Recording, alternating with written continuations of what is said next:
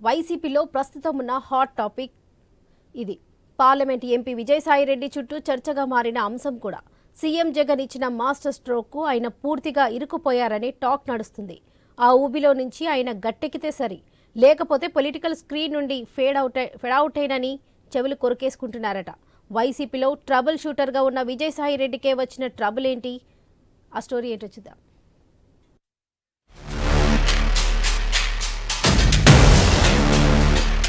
వైసీపీలో నెంబర్ 2 ఈ మాట చెప్పగానే తడుముకోకుండా గుర్తొచ్చే పేరు వేణుంబాక విజయసాయిరెడ్డి.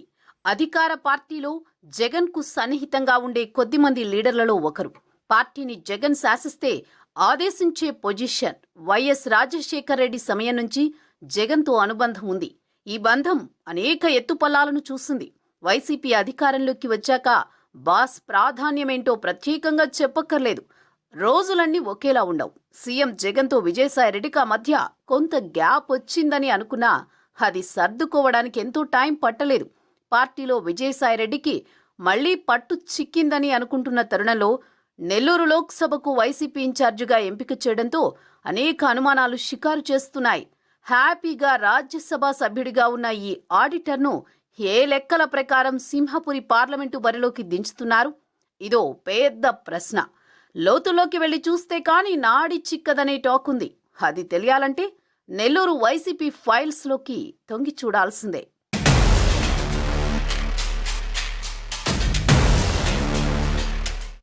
నో డౌట్ విజయసాయిరెడ్డి సొంత ఇలాకా నెల్లూరు జిల్లానే.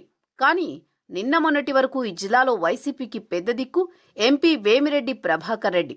విజయసాయిరెడ్డిలాగే సీఎం జగన్ కు వేమిరెడ్డి అత్యంత సన్నిహితం. జిల్లాలో మాజీ మంత్రి అనిల్ కుమార్తో వచ్చిన చిన్న రగడ పెరిగి పెద్దదై రాచపుండుగా మారి వైసీపీతో వేమిరెడ్డి తెగతింపులు చేసుకునే వరకు వెళ్ళింది. సమస్యను పరిష్కరించే స్థాయిలో ఉండి విజయసాయిరెడ్డి ఏం చేశారు అనే ప్రశ్నలు కేడర్లో ఉన్నాయట. వేమిరెడ్డి వెళ్లిపోవడంతో కీలకమైన జిల్లాలో అధికార పార్టీకి పెద్ద దిక్కు లేకుండా పోయింది. ఒకానొక దశలో మాజీ మంత్రి అనిల్ కుమార్ను జిల్లా దాటించి నర్సరావుపేట ఎంపీ క్యాండిడేట్గా వైసీపీ పెద్దలు ప్రకటించడంతో వేమిరెడ్డి శాంతించారని అనుకున్నారు. కానీ నెల్లూరు సిటీ సెగ్మెంట్లో మహమ్మద్ ఖలీల్ అహ్మద్ అనే అభ్యర్థిని తెరపైకి తెచ్చారు విజయసాయిరెడ్డి. వైసీపీ రీజనల్ కోఆర్డినేటర్గా విజయసాయి చెప్పడంతో పార్టీ పెద్దలు ఖలీల్కు టిక్ పెట్టారని సమాచారం. అయితే ఈ చర్య సైతం వేమిరెడ్డికి రుచించలేదు. చివరకు సహించలేక ఫ్యాన్ పార్టీలో ఉక్కపోత ఎక్కువై బయటకొచ్చేశారు. సీఎం జగన్ సైతం ఈ పరిణామాలు చికాకు తెప్పించాయని టాక్. సమస్య ఎక్కడ మొదలైంది, ఎంతవరకు వెళ్ళింది, ఎవరేం చేశారు, ఎవరి పాత్ర ఏంటి అని జగన్ టీం తీగలాగితే ఈ ఆడిటర్ సార్ దగ్గర ఆగిందట. అంతే. సమస్యకు కారణం ఎవరో ఏంటో పైకి చెప్పకపోయినా విజయసాయిరెడ్డిని నెల్లూరు పార్లమెంటు వైసీపీ ఇన్ఛార్జిగా పంపడంతో అంతా ఆశ్చర్యపోయిన పరిస్థితి.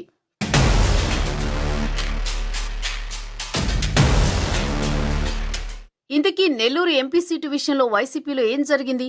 శరత్ చంద్రారెడ్డి, మేకపాటి కుటుంబాల నుంచి కొందరి పేర్లు వినిపించినా అవేమీ కాదని విజయసాయిరెడ్డికి ఎందుకు పగ్గాలు ఇచ్చారు అనే ప్రశ్నలు చర్చ సాగుతోంది. పాయింట్ నెంబర్ 1, వైసీపీకి నెల్లూరులో బలమైన నేత దొరకలేదా, లేక కావాలనే విజయసాయిరెడ్డిని తెరపైకి తెచ్చారా? పాయింట్ నెంబర్ 2, సమస్య ఎవరితో మొదలైందో వారే పరిష్కరించాలని జగన్ అలా డిసైడ్ చేశారా? ఈ క్వశ్చన్స్ చర్చల్లోకి వచ్చాక రెండో పాయింట్ పైనే అందరి ఫోకస్ ఉందట. నెల్లూరు జిల్లాలో పార్టీని గాడిలో పెట్టడం, 2019 ఫలితాల మాదిరి జిల్లాను క్లీన్ స్వీప్ చేయడం, నెల్లూరు ఎంపీ సీటును నెగ్గుకు రావడం. చెప్పడానికి సింపుల్గా ఉన్న విజయసాయిరెడ్డిని ఈ లక్ష్యాలతోనే సింహపురికి పంపారని వైసీపీ వర్గాల కథనం. ఇక్కడ విజయసాయిరెడ్డిని కాకుండా ఇంకెవరినైనా నెల్లూరు లోక్సభకు ఇన్ఛార్జిగా పంపి ఉంటే ఇంత చర్చ జరిగేది కాదు. ఇన్ఛార్జిగా వచ్చింది స్వయంగా విజయసాయిరెడ్డి. ఇది ఒక రకంగా అగ్ని పరీక్ష. స్వయంగా ఎంపీగా గెలవాలి, జిల్లాలో పార్టీని గెలిపించాలి. అనుకున్నది అనుకున్నట్టు సాఫీగా సాగితే నో ఫికర్. తేడా కొట్టిందో ఆడిటర్ గారి రాజకీయ భవిష్యత్తు డేంజర్లో పడే ప్రమాదం లేకపోలేదు. నెల్లూరు జిల్లా వైసీపీ విషయంలో సీఎం జగన్ మదిలో ఉన్న అనేక ప్రశ్నలకు ఎన్నికల్లో గెలుపు ద్వారా సమాధానం చెప్పాల్సిన బాధ్యత విజయసాయిరెడ్డిపైనే ఉంది. అందులో ఏ ఒక్క ప్రశ్నకు జవాబు దొరక్కపోయినా జగన్ రియాక్షన్ ఎలా ఉంటుందో ఊహించడం కష్టం.